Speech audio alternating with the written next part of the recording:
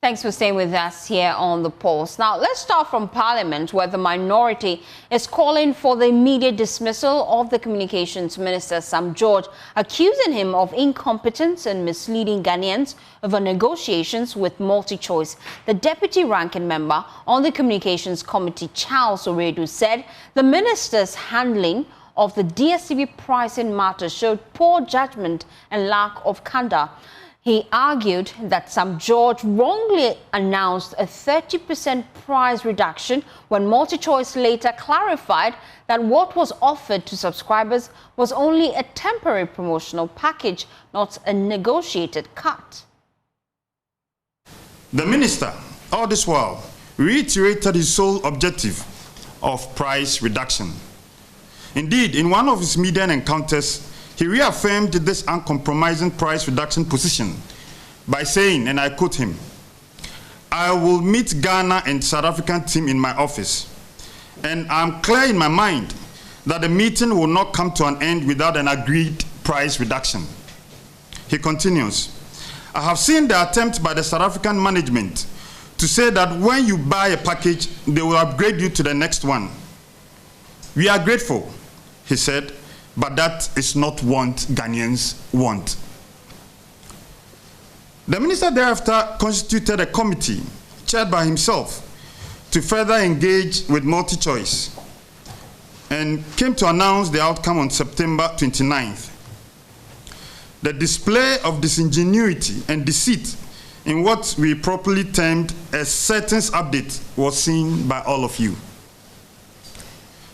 The minister completely abandoned his original firm 30% subscription fee reduction stance for the ongoing promotional offers by MultiChoice, which he claimed was a generational success story. But instead of answering to Ghanaians the legitimate questions we posed to him, such as why he chose to prioritize MultiChoice public relations efforts over his price reduction agenda, and also to account to Ghanaians how much had been accrued from the fines imposed on MultiChoice, he reverted to his usual trait of attacking the Minority Committee on Information and Communication and well-meaning Ghanaians who can read between the lines. Ladies and gentlemen, it's well known that MultiChoice DSTV has consistently run promotions.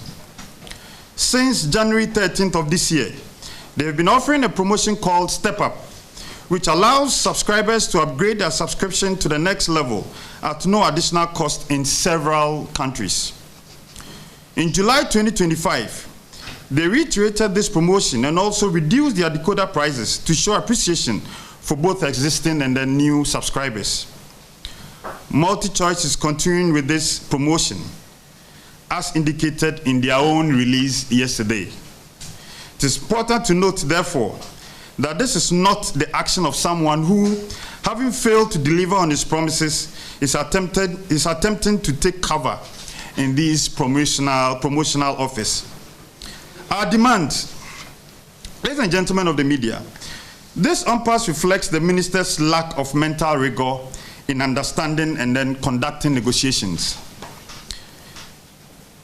One, his failure to grasp key issues during meetings and communicate the actual negotiated outcomes to Ghanaians, or a deliberate fabrication of what he was never able to broker, is evident. Firstly, MultiChoice publicly challenged him for inaccurately claiming that there had been an agreed reduction in prices. They issued a press release denying this assertion. Just yesterday, MultiChoice released a new statement clarifying that breakthrough the minister announced during his press conference as a result of his effective negotiations. In fact, they said what they were giving Ghanaians were merely promotional offers. This clearly aligns with what we stated in one of our earlier press statements. It is also demonstrated that the minister lacks the temperament and emotional intelligence for such a critical role. He has demonstrated this same trait on numerous public utterances, insults to citizens and industry players during the process. By adopting an arbitrary decision-making posture, the minister is also denying regulators, such as the NCA, the opportunity to perform their work according to law, which clearly threatens the growth of this sensitive industry. His actions also signal a breach of the President's Code of Conduct that requires candor and respect to all persons. Fellow Ghanaians, for this display of ineptitude, incompetence, and penchant for deceit, we of the minority demand that 1, the minister render an unqualified apology to Ghanaians for the waste of the nation's time and resources on this venture. 2, we call on him to account for the fines levied on DSTV. And 3, we deem him unfit to continue as the minister for this strategic ministry of communication, digital technology, and innovation, and therefore call on him to resign, or for His Excellency the President to fire him. Well, that's the minority calling for the immediate dismissal of the communications minister. Well, we took to the streets to engage some DSTV subscribers. Some of them remain unhappy with the recent packages, and they feel that it doesn't really address the core issue of affordability. While others say that they're experiencing upgrades in their subscriptions, others criticize the minister for the current approach. Listen. I noticed my package has been upgraded from Compact to Compact Plus. I mean, prior to that, there was a message on the platform, so I viewed it and it's notified me that my current package, which is Compact, is being upgraded to Compact Plus. Yesterday, I experienced that there are more channels on. It's like some channels have been added to it. So yeah, that's what I'm experiencing now. Which package are you on? I'm on Compact, but it seems I'm currently experiencing the Compact Plus package. Yeah, but I'm not getting it. If the case is about price reduction, it should come as a price reduction, not national amount of value. I think the minister should come clear. For me, I'm a DSTV subscriber, but for a while now, I've gone off because I feel that their prices are too much. As far as the ministry happens to be the regulators, automatically they have to make sure that it's being brought down, because since other countries were also being brought down, probably it has to be brought down. So you would prefer a price reduction? Yes, a price reduction. I mean, in the beginning, the minister was advocating for a reduction in the prices. But it turned out that now it is a package addition or value addition that he's talking about. So we don't seem to be able to merge the two. Well, the CEO of the Consumer Protection Agency, Kofi Kapito, agrees with the minority that the communications minister must go.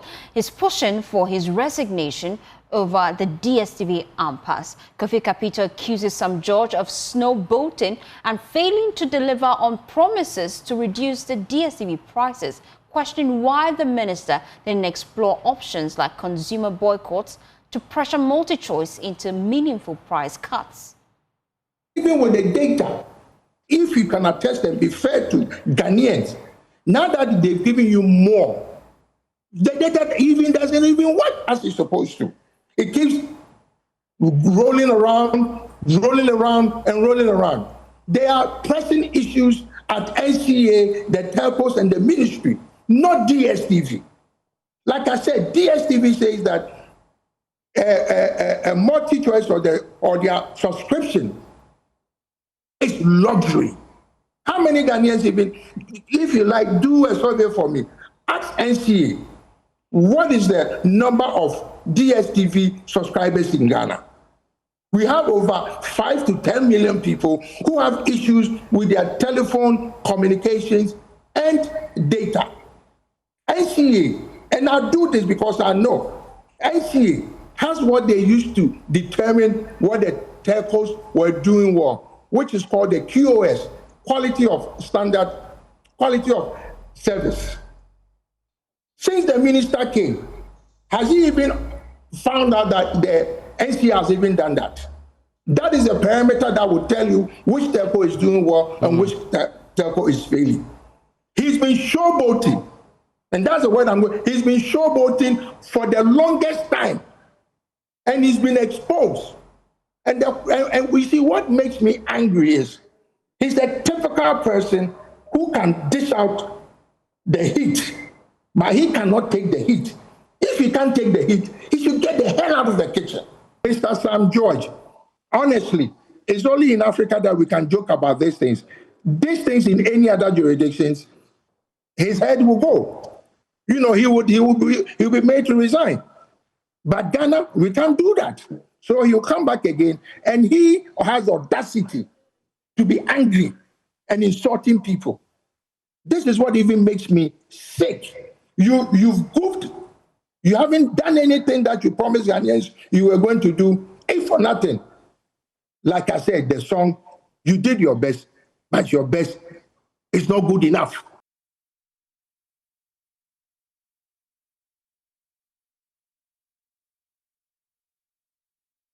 Well, meanwhile, the ranking member on Parliament's Communications Committee, Machi Indem, just yesterday was on the polls, and he was asking the Communications Minister to apologize to Ghanaians, accusing him of incompetence and failing to secure the promised relief for DSTV users.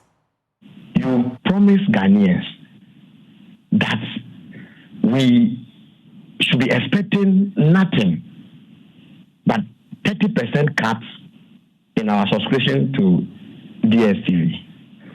That is your promise to Ghanaians. You made it clear to us from the beginning that you are not accepting any repackaging. And you said them trying to do that the South Africans are trying to say that pay this equal amount and they will upgrade you. He, George, will never accept it. By the close of the meeting, it is price cuts he wants. Period. We then say that, okay, we all support you. We are all Ghanaians. If prices fall, we benefit. You come out later, and what you have rejected from the beginning, you've accepted it. And we think that it's not been fair to Ghanaians. Tell us why you made that U-turn. Why is it that you are not able to meet the 30% cut? 2, apologize to Ghanaians because you created a lot of fear and panic in the system. You made a lot of noise. But at the end of the day, you brought nothing just to Ghanaians.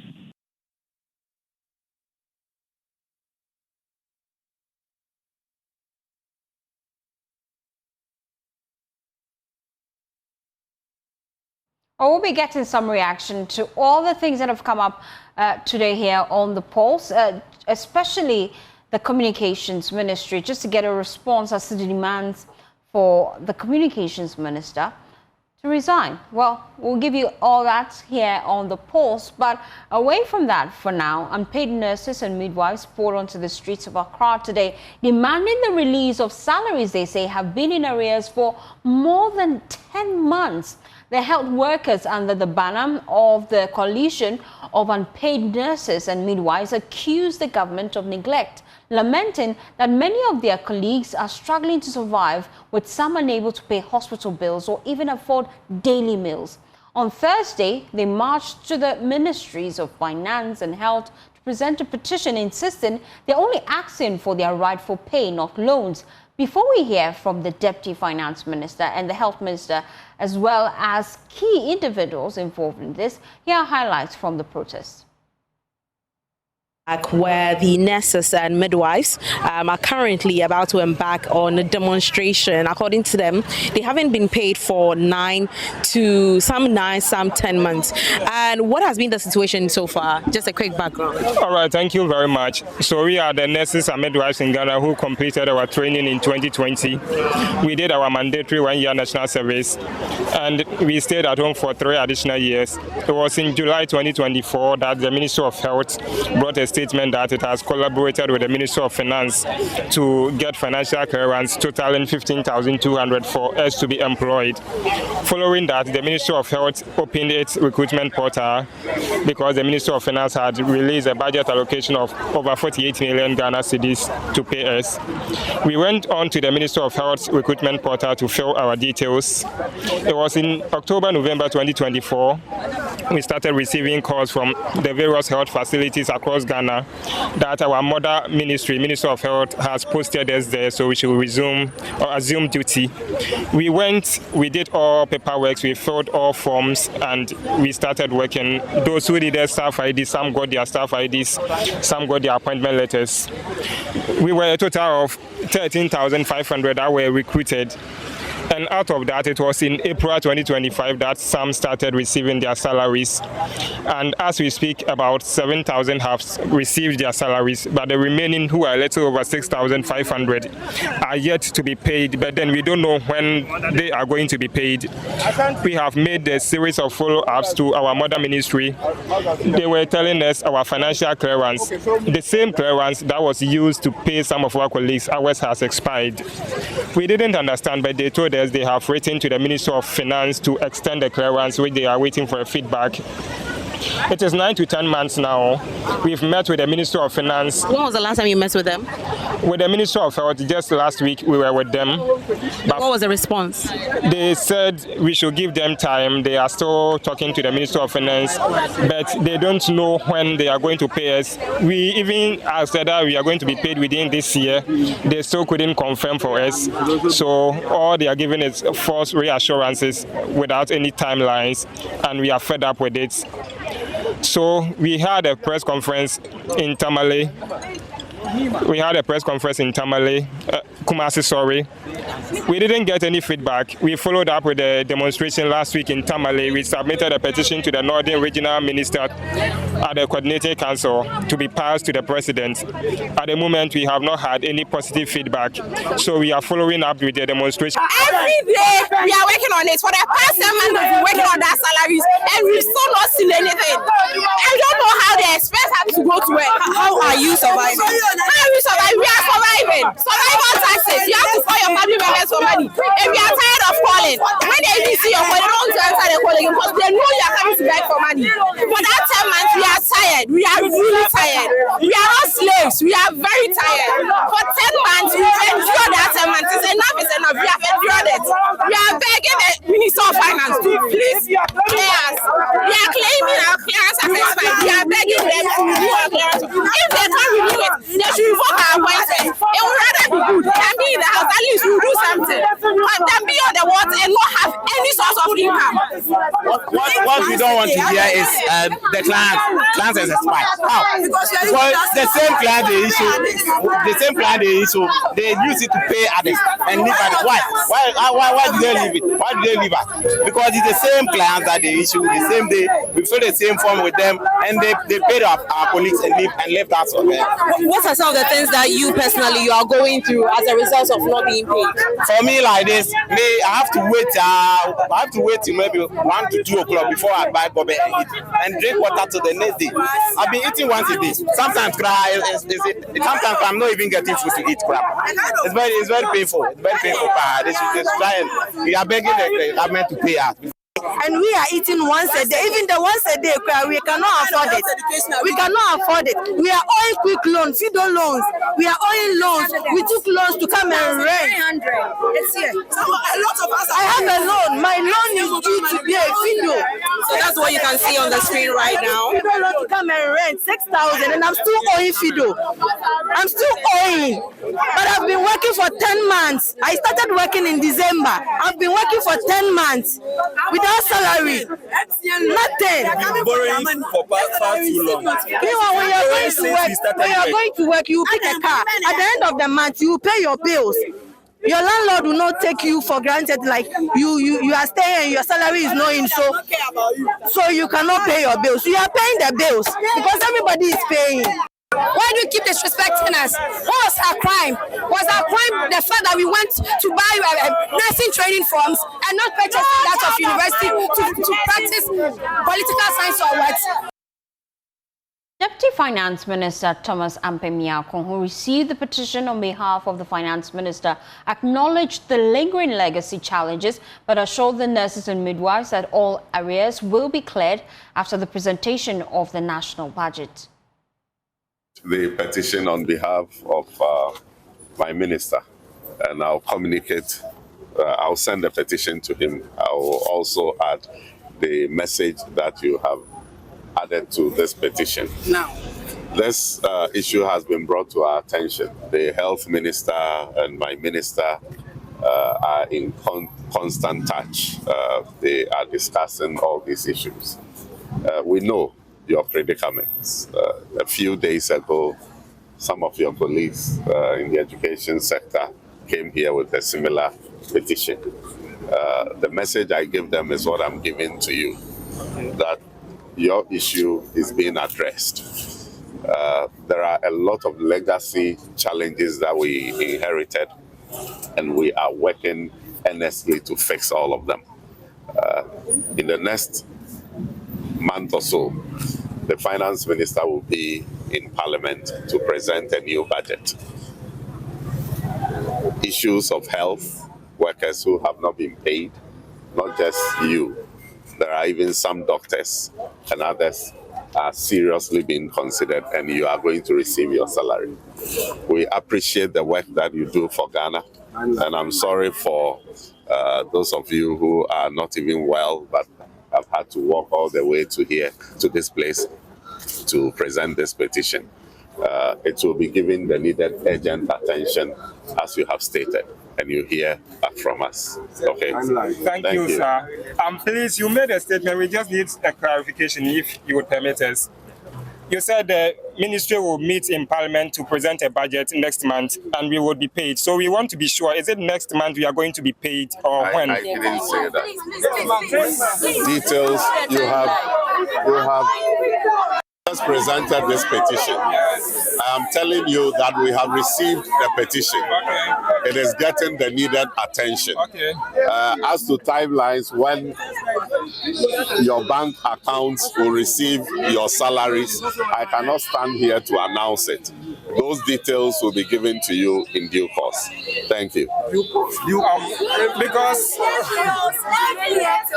we are not going.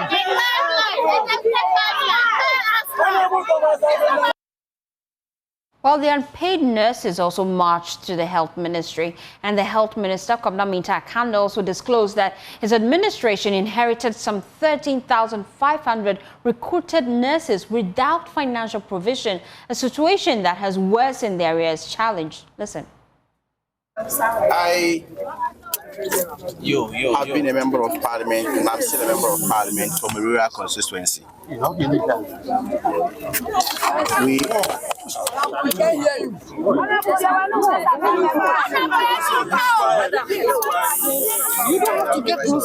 I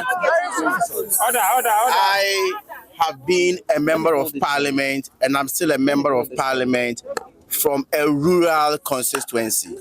So I have constituents who are going through the same ordeal.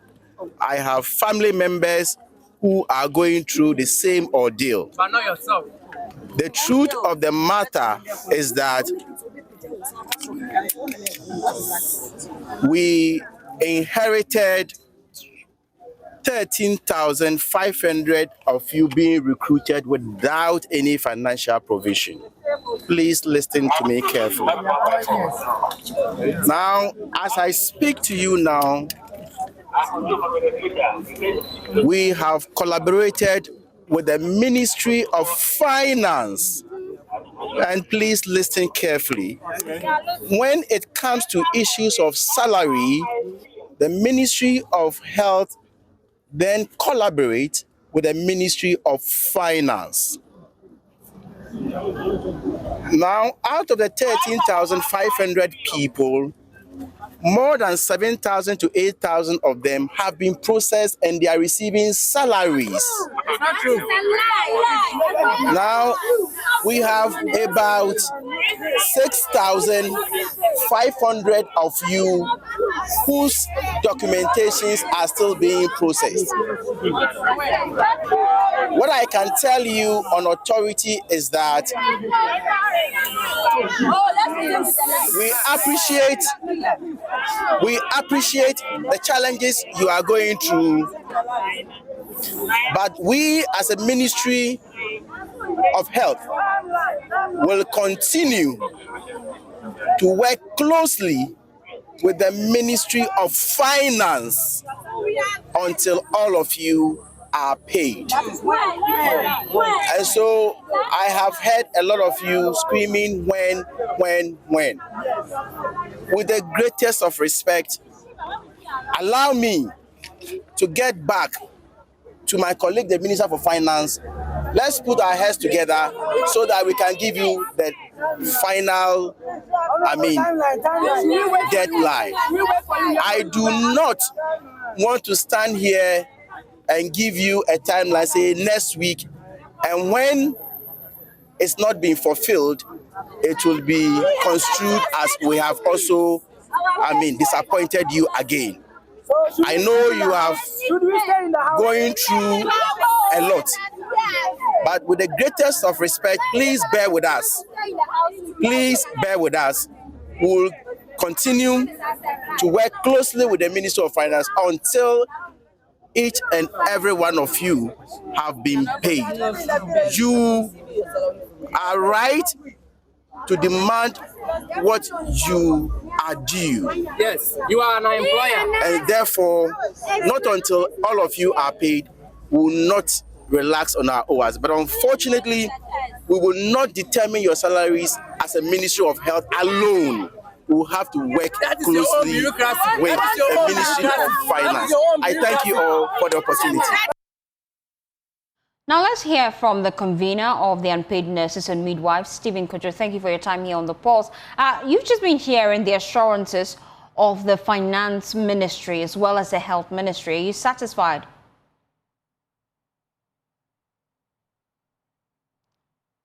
Kojo, you have to position rightly for me to hear you and unmute as well.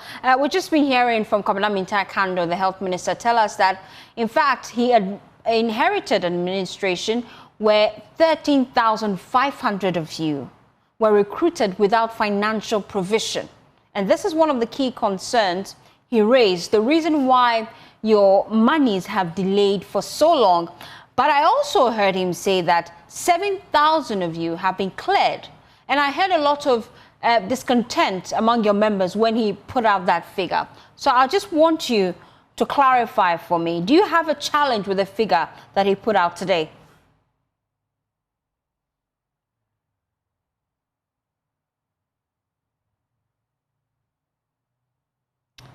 Well, you still have to unmute for me to hear you clearly. We're having difficulties connecting to you, Stephen Kojo, but you're still watching The Pulse. When we come back, we have more for you. Please stay tuned in.